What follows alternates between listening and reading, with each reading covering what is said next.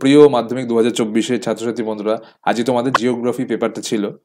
প্রশ্নপত্র পেতে একটু দেরি হলো, কেননা কিউআর কোড ছিল, সেগুলো ঢাকা দিয়ে প্রশ্নপত্রটা সামনে আনছি। তো চলো চটপট আমরা উত্তরটা জেনে নিই।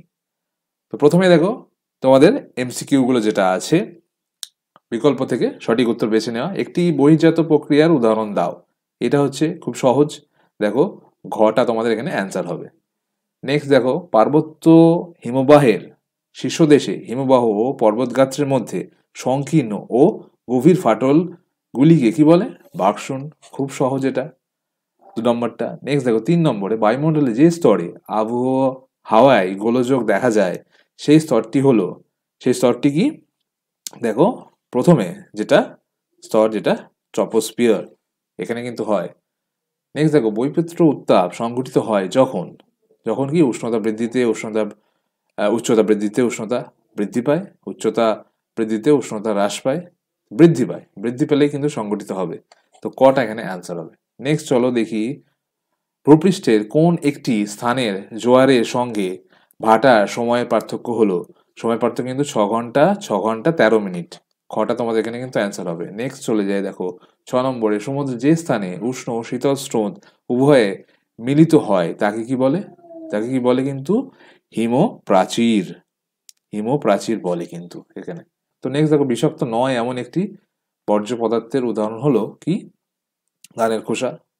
তো এটাই বিষাক্ত নয়, প্রথমটাই অ্যান্সার হবে। নেক্সট চলে যায় দেখো, ভারতের উত্তরে পার্বত্য অঞ্চলে অবস্থিত একটি লবণাক্ত হ্রদের নাম হলো ডাল, নৈনিতাল, উলার, প্যাংগং হ্রদ।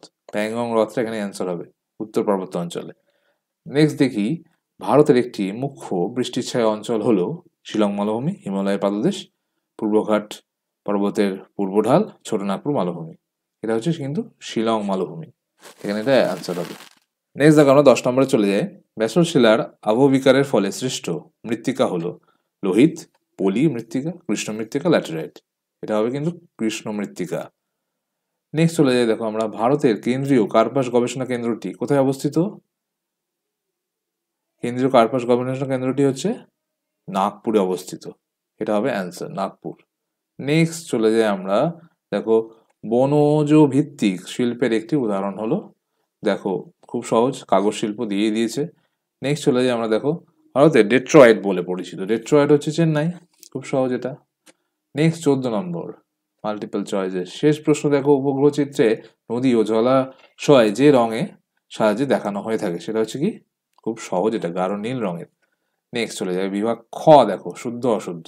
প্রথমটা কি আছে? নদীর উৎস অঞ্চলে ধারণ অববাহিকা সৃষ্টি হয়, এটা কিন্তু হচ্ছে শুদ্ধ, এটা হচ্ছে রাইট হবে, আমরা রাইট দেব। শুদ্ধ হলে আমরা দেব রাইট। নেক্সট দেখো, ঝুলন্ত উপত্যকায় নদীর ক্ষয়কার্যের ফলে সৃষ্টি হয়, এটা একদমই নয়, হিমবাহের ক্ষয়কার্যের ফলে সৃষ্টি হয়, এটা আমরা কাটা। সমুদ্র বায়ু সন্ধ্যাবেলায় প্রবাহিত হয়, এটা ঠিক, রাইট চিহ্ন দেবো আমরা। নেক্সট দেখো, হিমালয়ের 2টি উল্লেখযোগ্য উদ্ভিদ হলো গাবান ও গোলপাতা, এটা কিন্তু নয়, এটা কিন্তু ভুল, কাটা দেবো আমরা। গোদাবরী নদী গ্রস্ত উপত্যকার মধ্যে দিয়ে প্রবাহিত হয়েছে, এটা ভুল, আমরা দেবো কাটা। আর্সেনিক একটি বিষাক্ত বর্জ্য পদার্থ, অবশ্যই এটা ঠিক, শুদ্ধ, তো রাইট চিহ্ন দিলাম। নেক্সট দেখো 7 নম্বরে, মহাকাশে প্রেরিত ভারতের প্রথম কৃত্রিম উপগ্রহের নাম হচ্ছে অ্যাপেলো, একদমই নয়, কাটা। নেক্সট চলে যায় আমরা, দেখো শূন্যস্থান পূরণে কি আছে? প্রপাতকূপ সৃষ্টি হয় ড্যাশ এর পাদদেশে, এটা কি হবে? খুব সহজ, প্রপাত, এটা হবে অ্যান্সার। নেক্সট দেখো, বায়ু প্রবাহ সমুদ্র স্রোত বিভক্ত হয় ড্যাশ শক্তির প্রভাবে, এটা কি? কোরিওলিস শক্তির প্রভাবে, কোরিওলিস এই শক্তির প্রভাবে হয়। দেখো, নিরক্ষীয় অঞ্চলে ড্যাশ ধরনের বৃষ্টিপাত সংঘটিত হয়, এটা হবে কি? পরিচলন বৃষ্টিপাত। নেক্সট চলে যায় দেখো, শীতল ড্যাশ স্রোতের প্রভাবে নিউ ফাউন্ডল্যান্ড অঞ্চলে শীতকালে তুষারপাত হয়, এটা কি হবে? ল্যাব্রাডর স্রোতের প্রভাবে, এটা হচ্ছে অ্যান্সার। নেক্সট দেখো, ব্যবহৃত ইনজেকশন সিরিঞ্জ একটি হলো ড্যাশ পদার্থ। এটা হচ্ছে চিকিৎসা সংক্রান্ত পদার্থ হবে, বর্জ্য পদার্থ হবে। তারপর দেখো ন্যাপথা ড্যাশ শিল্পের প্রধান কাঁচামাল। এটা কি পেট্রো রসায়ন কিন্তু, হ্যাঁ, পেট্রো রসায়ন শিল্পের প্রধান কাঁচামাল হচ্ছে ন্যাপথা। নেক্সট দেখো একটি বা দুটি শব্দে আমাদের উত্তর দিতে হবে। কি আছে? চুনাপাথর অঞ্চলে নদীর ক্ষয়কার্যের কোন প্রক্রিয়ার প্রাধান্য দেখা যায়? খুব সহজ, এটা দ্রবণ ক্ষয় দেখা যায়। তো দ্রবণ ক্ষয় তোমরা লিখতে হবে। নেক্সট দেখো বায়ুমণ্ডলের কোন স্তরে মেরু প্রবাহ দেখা যায়? কোন স্তরে? আয়নোস্ফিয়ার। এটার উত্তর হবে কি? আয়নোস্ফিয়ার হবে ওটার অ্যান্সার। নেক্সট দেখো কোন মহাসাগর ঋতু পরিবর্তনের ফলে সমুদ্র স্রোতের দিক পরিবর্তন হয়? কোন মহাসাগরে? এটা কি হবে?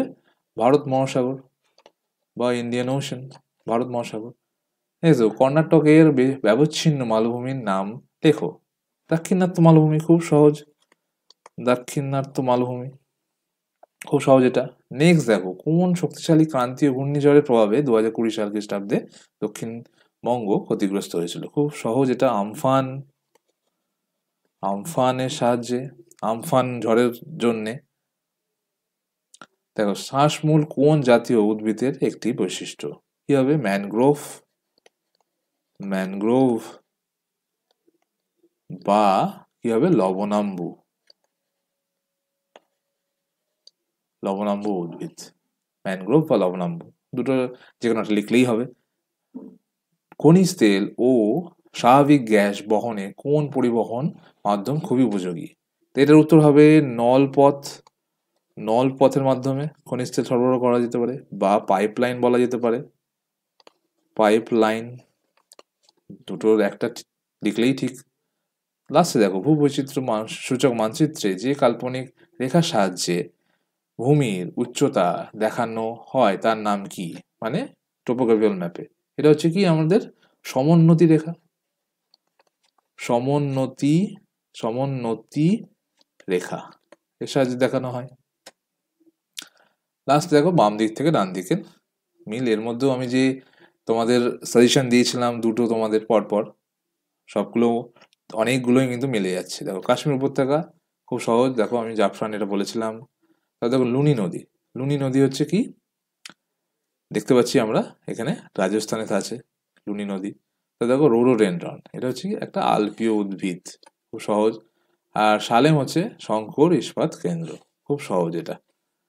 তোমরা আশা করি সমস্ত কিছু উত্তর দিতে পেরেছো। বাকি এবার 1-2 নম্বরের প্রশ্ন যেগুলো আছে আশা করি সবাই তোমরা কমন পেয়েছো এবং ভালো করে লিখেছো। তারপরে আছে আমাদের দেখো 4 নম্বরের প্রশ্ন এবং 4-এর দাগের প্রশ্ন, 3-এর দাগের প্রশ্ন এবং 5-এর দাগের প্রশ্ন। এখান থেকেও কিন্তু প্রায় অধিকাংশই কমন এসেছে যে সাজেশন আমি দিয়েছি। এবং ম্যাপ পয়েন্টিং এর এই 10টার মধ্যে প্রায় 6-7টা তো আমার থেকেই কমন হয়েছে। যে সেকেন্ড যে তোমাদের পার্ট 2 যেটা দিয়েছিলাম মাধ্যমিকের, যারা ফলো করেছো তারা হয়তো পেরেছো সেগুলো। তো আসলে কি ভূগোলে তোমরা খুব ভালো নম্বর পাবে এবং অন্যান্য বিষয়গুলো তোমরা ভালোভাবে প্রস্তুতি নিয়েছো, সেগুলো কিন্তু তোমরা খুবই ভালো করে লিখে আসতে পেরেছো এবং ভালো নম্বর পাবে। তো আগামীতে কালকের দিনটা বাদ, তারপরে তোমাদের অঙ্ক পরীক্ষা, খুব ভালোভাবে প্রস্তুতি নাও, প্রশ্নগুলো এক ঝলক দেখে নাও, আর কালকে ম্যাথটা খুব ভালো করে প্র্যাকটিস করো। সবাইকে বেস্ট অফ লাক পরীক্ষার জন্য। আর নতুন হয়ে থাকলে রিকোয়েস্ট করবো অবশ্যই সাবস্ক্রাইব করো, আগামীতে অনেক সাহায্য পাবে আমাদের চ্যানেল থেকে। থ্যাংক ইউ সবাইকে, ভালো থাকো।